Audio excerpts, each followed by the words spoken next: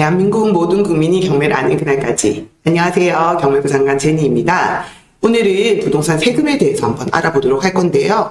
세금 얘기만 나오면 너무 머리가 아프다. 그냥 세무사가 내라는 대로 낸다. 라는 말씀 많이 하시는데, 사실 부동산 경매뿐 아니라 본인의 집을 구입할 때에도 부동산 세금과 명의, 이 두 가지는 정말 중요한 부분이거든요.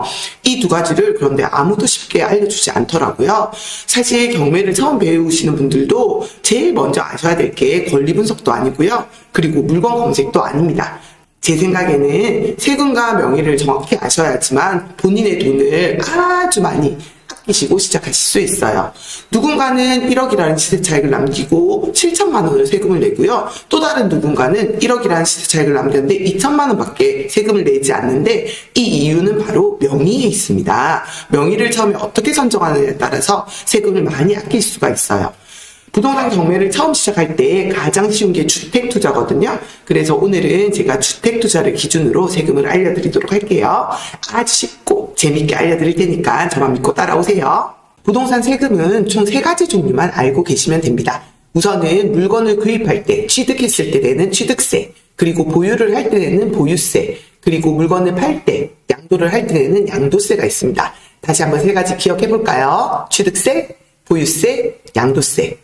그리고 부동산 명의도 총 3가지가 있어요. 개인 명의를 쓸 수도 있고요. 그리고 매매사업자 명의를 쓸 수도 있습니다. 그리고 법인이 있으시면 법인 명의도 쓰실 수가 있어요. 다시 한번 3가지 기억해 볼게요. 개인, 매매사업자, 법인. 다 배웠습니다. 끝입니다. 아주 쉽고 간단하죠? 지금부터는 안에 세부적인 내용을 조금만 더 공부를 해보도록 할게요. 취득을 할 때 내는 취득세를 먼저 배워보도록 할게요. 취득세는 총 2가지 종류로 구분을 할 수 있어요. 조정지역과 비조정지역인데요. 지금 현재 용산, 서초, 강남, 송파 이렇게 4군데의 조정지역만 남았거든요. 그래서 듣기만 해도 아주 비싼 동네니까 저희는 비조정지역을 대상으로 지금부터 설명을 해드리도록 하겠습니다. 비조정지역에서 주택을 하나, 2개까지 취득했을 때 취득세를 1에서 3%를 내게 됩니다. 이 1에서 3%의 구간은 가격 차이에 따라 달라지는 거거든요. 6억 이하일 때는 1%, 이상일 때는 2%, 3%까지 취득세를 낼 수 있습니다. 그리고 3주택일 경우에, 제가 주택을 3개 보유했을 경우에는 취득세를 8%를 내게 됩니다. 그러면 쉽게 생각해보면요. 1억 이상의 주택을 제가 취득을 했다라고 하면 800만 원 이상의 세금을 먼저 내고 시작한다라고 보시면 되세요. 이번에는 제가 주택을 4개 취득했다. 또는 법인으로 주택을 취득했을 때는 12%의 세금을 먼저 내고 시작하게 됩니다. 12%는 1억 이상의 주택을 제가 구매를 했다라고 했을 때 1,200만 원 이상의 세금을 먼저 내고 시작한다라고 생각을 하시면 돼요. 어마어마하죠? 그러니까 1주택, 2주택까지는 괜찮지만 저는 주택수를 많이 보유하고 싶은데 3주택, 4주택이 되면은 세금으로 내는 돈이 굉장히 크다라는 말씀을 드리고 싶은 거예요. 그럼 방법이 없냐? 방법이 없는 건 아닙니다. 1주택, 2주택까지 취득을 하시고요. 그 뒤로는 공시지가 1억 미만의 주택을 취득을 하시면 돼요. 1억 미만, 공시지가 1억 미만의 주택은 중과세율에도 포함이 되지 않고 주택수에도 포함이 되지 않습니다. 그래서 공시지가 1억 미만의 주택을 구입하시는 걸 추천드립니다. 1억 미만의 주택은 10채를 보유해도 20채를 보유해도 주택수 산정에서 제외가 됩니다. 취득세에서 정말 중요한 부분이 한 개가 있습니다. 이 부분 정말 중요한 부분인데 아무도 이렇게 설명을 해주지 않더라고요. 뭐냐면 주민등록상의 강의 모든 세대원의 주택수가 합산이 되는 겁니다.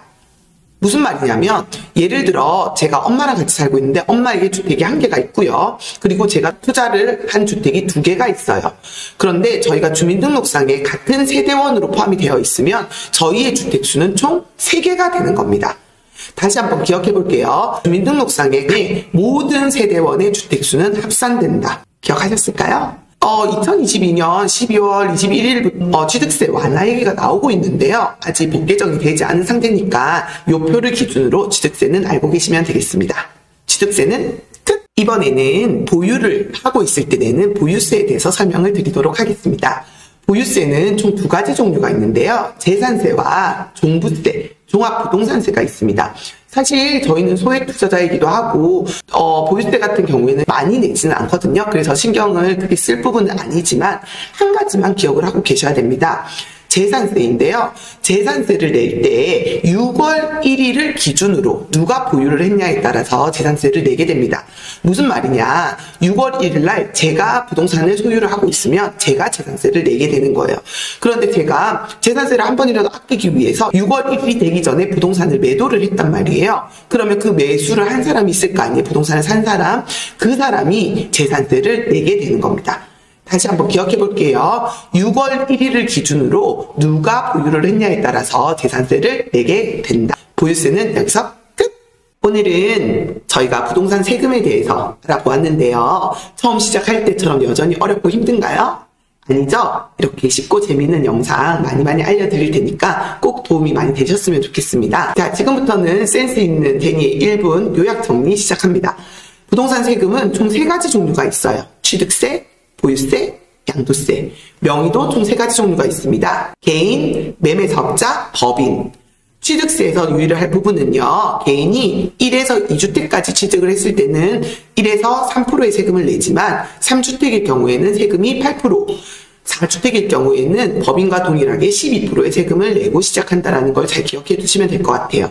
만약에 제가 세금을 아끼고 싶은데 주택 투자를 많이 하고 싶다라고 했을 때는 공시지가 1억 미만의 주택에 투자하는 것을 추천드립니다. 주민등록상에 세대원들의 모든 주택수가 합산된다는 내용도 잊지 않으셨죠? 두 번째, 보유세. 보유세는 6월 1일을 기준으로 누가 부동산을 소유하고 있냐에 따라서 재산세를 내는 사람이 달라진다라고 했어요. 6월 1일 날 부동산을 가지고 있을 때는 제가 내는 거고요. 그리고 누군가에게 양도를 해버리면 그 사람이 재산세를 내게 됩니다. 너무 쉽죠? 부동산 세금 절대 어렵게 생각하지 마세요. 오케이? 끝!